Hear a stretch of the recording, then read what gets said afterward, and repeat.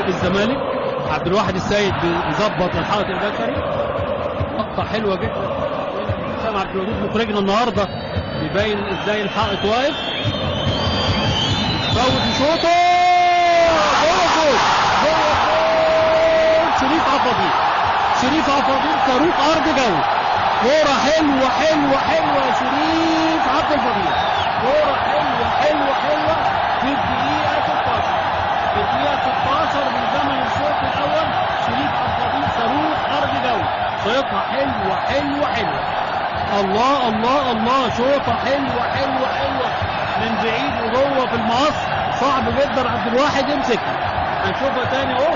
الشاطر طبعا الحائط البشري اتفك، وعلى طول بقول لحضراتكم دلوقتي بقت مهمه جدا جدا جدا الحائط البشري. تطول الكوره على طول وتروح لشريف اكرامي، يسيبها تطلع بره وياخد ضربه مرمى لنادي الاهلي. 1-1، مباراه ساخنه، مباراه ساخنه. 1-1. وحسام البدري طبعا الجول الاولاني كان جه بدري قوي لنادي الزمالك، وشوطه صاروخ ارض جو من شريف عفاضيل من فاول، والحائط البشري لنادي الزمالك اتفتح وتخش الزاويه. صعبه جدا، صعبه جدا.